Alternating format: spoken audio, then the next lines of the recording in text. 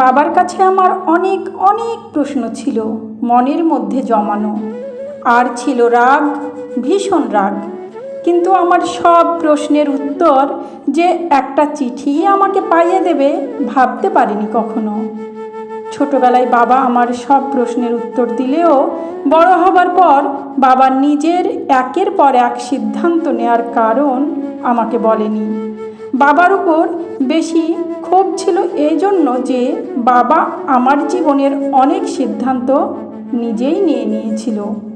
আমি মনে মনে ভাবতাম বাবা বুঝি আমাকে স্বাধীনতা দেয়নি, কিন্তু আজ বুঝি বাবা আমাকে স্বাধীনতা দিয়েছিল, শুধুমাত্র ভুল করার স্বাধীনতা দেয়নি। 8 বছর বয়সে মা হারা হই আমি।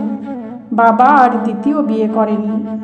ঘর আর ব্যবসা সামলে বাবা আমাকে মানুষের মতো মানুষ করার চেষ্টা করেছিল বটে, কিন্তু সফল হতে পারেনি। আসলে ছোট থেকেই আমি জেদি, একরোখা। টাকা পয়সার অভাব ছিল না বাড়িতে, কিন্তু বাবা আমাকে সাশ্রয় করা শেখানোর চেষ্টা করেছিল। আমি নিজের পছন্দের খাবার বা টাকা না পেলেই চরম অশান্তি করেছি বাড়িতে। আর কলেজ লাইফ থেকে শুরু করেছি বেসামাল বেপরোয়া জীবনযাপন। ফলে জুটে গেছে বেশ কয়েকজন বন্ধু। তারপর আর বাবার ব্যবসা, নিজের ভবিষ্যৎ নিয়ে কখনো ভাবিনি।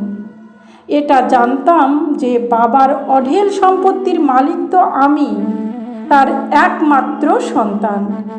কিন্তু আজ আমার চোখের সামনে সব কিছু বদলে গেছে। আমার বাবার এত বড় সম্পত্তির মালিক আমি নই, বরং সব কিছুর মালকিন ওই রাস্তার মেয়েটা, যাকে ভোগ করার পর ছুঁড়ে ফেলে দিয়েছিলাম আমি। আজ তার দয়াতেই আমাকে বাঁচতে হবে, কারণ বাবার উইল অনুযায়ী তার সম্পত্তির মালকিন ওই বস্তির মেয়েটা আর ওর এক রত্তি কন্যা সন্তান। ওই বস্তির মেয়েটার নাম পম্পা। দেখতে শুনতে বেশ ভালো, শরীরের গড়ন আর চকচকে গায়ের রং মন কেড়েছিল আমায়। কিন্তু মেয়েটাকে বিছানা পর্যন্ত আনতে বেশ বেগ পেতে হয়েছিল আমায়। সে যে অন্য সব মেয়েদের মতো নয় যে বড়লোকের ছেলের টাকা দেখে ভুলে যাবে, কিন্তু একটা বস্তির মেয়ের প্রত্যাখ্যান তো মেনে নেওয়া যায় না।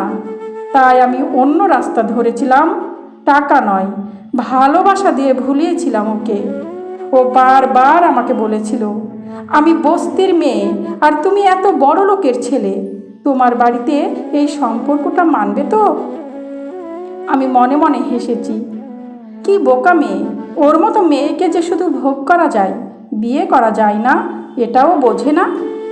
কিন্তু মুখে প্রতিশ্রুতি দিয়েছি বিয়ে করার, আর বিভিন্নভাবে পূরণ করেছি নিজের শরীরের খিদে। এইভাবে প্রায় 1 বছর কেটে গেল। একদিন দেখলাম ও কাঁদো কাঁদো গলায় বলছে, এবার আমাকে বিয়ে করো সুমন। আমি যে মা হতে চলেছি, সমাজ যে আর মুখ দেখতে পারবো না আমি, আমাকে যে মরতে হবে এবার। আমি খুব সহজেই বলে দিয়েছিলাম, তাহলে মরে যাও, তোমার এ সন্তানের বাবা আমি নই। ঠেস দিয়ে এটাও বলেছিলাম, দেখো বস্তির মেয়েদের তো চরিত্রের ঠিক থাকে না, তাই এখন খোঁজো তোমার বাচ্চার বাবাকে। ও ভেজা চোখে খুব অদ্ভুত দৃষ্টিতে তাকিয়েছিল আমার দিকে। সেই চাউনিতে ছিল অসহায়তা আর একরাশ ঘৃণা, কিন্তু তাতে আমার কিছু এসে যায়নি। 1 মাস কাটতে না কাটতেই ভুলে গেছিলাম পম্পাকে। একদিন বন্ধুদের সাথে পার্টি সেরে বাড়ি ঢুকতেই চমকে উঠলাম। দেখলাম আমাদের বড় ডাইনিং টেবিলে বসে ওই বস্তির মেয়েটা পাত পেরে খাচ্ছে, আর তাকে যত্ন করে খাওয়াচ্ছে আমার বাবা স্বয়ং। পম্পাকে দেখেই চেঁচিয়ে উঠে বললাম, তুই আমার বাড়িতে কি করছিস? বাবা বলল, পম্পা মা, তোমার এখন উত্তেজিত হওয়ার সময় নয়, খাবারগুলো খেয়ে নিজের ঘরে গিয়ে বিশ্রাম করো। আমি হতবাক হয়ে বললাম, ওর ঘর মানে? বাবা শান্ত গলায় জবাব দিল, ওর ঘর মানে ওর ঘর, আমার উত্তরসূরি আর তার মায়ের ঘর। আমি চেঁচিয়ে বললাম, ও সন্তান আমার নয়। বাবা বলল, তোমাকে আমি চিনি সুমন, নিজের সন্তানকে অস্বীকার করার মতো অপরাধ আর কিছু হতে পারে না। তাও যদি তুমি অস্বীকার করো, তার ব্যবস্থাও আছে। তুমি যদি বলো আমি বিজ্ঞানসম্মতভাবে ডিএনএ টেস্টের ব্যবস্থা করতে পারি। আমি বললাম, বাবা, তুমি নিজের ছেলেকে নয় একটা বস্তির মেয়েকে বিশ্বাস করলে? বাবা বলল, বস্তির মেয়ে নয়, বরং এ বাড়ির বউ বলা অভ্যাস করো ওকে, আর বিয়ের জন্য খুব তাড়াতাড়ি মানসিক প্রস্তুতি নাও। তারপর আর কি, এক প্রকার বাধ্য হয়েই বিয়ে করলাম পম্পাকে। বাবা আর পম্পার মধ্যে তৈরি হলো এক অদ্ভুত ভালোবাসার বন্ধন। বাপ হারা পম্পা পেল বাবা, পম্পার সব খেয়াল রাখতো বাবা। তারপর পম্পা মা হলো, জন্ম দিল একটা কন্যা সন্তানের। আমি অবশ্য কোনো আগ্রহ দেখাইনি পম্পা বা ওর সন্তানের প্রতি। বাবা তার বৌমা আর নাতনিকে নিয়ে দিব্যি ছিল, কিন্তু কয়েক বছরের মধ্যে অসুস্থ হয়ে পড়ল। পম্পা অনেক সেবা করেছিল বাবার, খেয়াল রেখেছিল প্রতিনিয়ত, কিন্তু শেষ পর্যন্ত বাঁচানো গেল না বাবাকে। বাবার মৃত্যুর পর আমার মাথার উপর থেকে যেন ছাদ সরে গেল। মানসিকভাবে ভেঙে পড়লাম আমি। তারপর যখন শুনলাম বাবা তার সমস্ত সম্পত্তি থেকে বঞ্চিত করেছে আমায়, হতভম্ব হয়ে গেলাম আমি। অন্ধকার ঘরে একা বসে ভাবছিলাম আমি, খারাপ সন্তান বলে বাবা আমার কথা একবারও ভাবলো না। হঠাৎ করে ঘরে পম্পাকে দেখে চোখের জল লুকিয়ে বললাম, কি চাই এখানে? পম্পা মৃদু কাপা গলায় বলল, বাবা বলেছিলেন তোমাকে এটা দিতে। চিঠিটা টেবিলে রেখে চলে গেল পম্পা। চিঠিটা পড়তে শুরু করলাম আমি, আর চিঠিটা পড়ার সাথে সাথে চোখ থেকে গড়াতে লাগলো জল। প্রিয় সুমন, অনেক অভিমান হয়েছে তোমার বুড়ো বাপটার উপর, তাই না? আমি জানি তুমি পম্পাকে বিয়ে করতে চাওনি, আমার জন্য বাধ্য হয়েছ বিয়ে করতে। কিন্তু তুমি কি জানো তুমি কত বড় ভুল করেছিলে? তাহলে শোনো, আমি আর তোমার মা একসাথে কলেজে পড়তাম তখন। তোমার মা ছিল আমার প্রিয় বান্ধবী। তোমার মা কিন্তু আমার প্রেমিকা ছিল না। প্রেমিকা ছিল আমার খুব কাছের বন্ধু উত্তমের।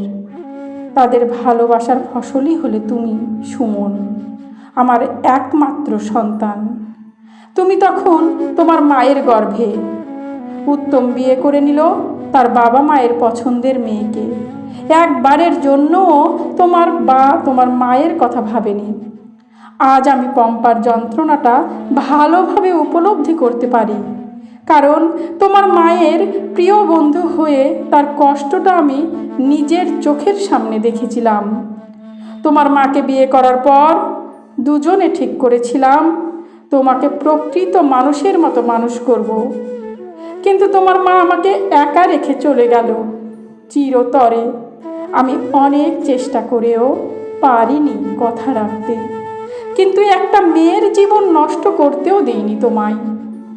ভেবেছিলাম হয়তো তুমি তোমার স্ত্রী আর সন্তানকে নিয়ে সুখী হবে। এতদিন অপেক্ষা করেও আমার আশা পূরণ হলো না। তাই এই শেষ উত্তর লিখতে বসলাম তোমার সব প্রশ্নের। আশা করছি তোমার সব উত্তর তুমি পেয়ে গেছো। চোখ বুজে একবার বাবার মুখটা মনে করলাম। বাবাকে ভগবান মনে হলো আমার। আমি আমার নিজের সন্তানকে স্বীকৃতি দিতে চাইনি, আর বাবা, ওই মানুষটার জন্যই হয়তো আমি পৃথিবীতে আসতে পেরেছি। মায়ের কষ্ট আর পম্পার কষ্টটা যে এক। আমার মায়ের কষ্ট তো বাবার নিজের সবটুকু দিয়ে লাঘব করার চেষ্টা করেছে। তাহলে আমি কি পারবো না আমার ভুলগুলো শুধরে নিতে? 5 বছর কেটে গেছে। এখন আমি দায়িত্বশীল বাবা। আমার স্ত্রী আর মেয়েকে একদিন না দেখলে আমার ঘুম আসে না চোখে। আমার বাবা তার শেষ উত্তর দিয়ে বুঝিয়ে গেছে ভালোবাসার পরিবারের গুরুত্ব। সমাপ্ত। গল্প শেষ উত্তর। কলমে শ্রাবন্তী মিস্ত্রি, কণ্ঠে আমি রোজি।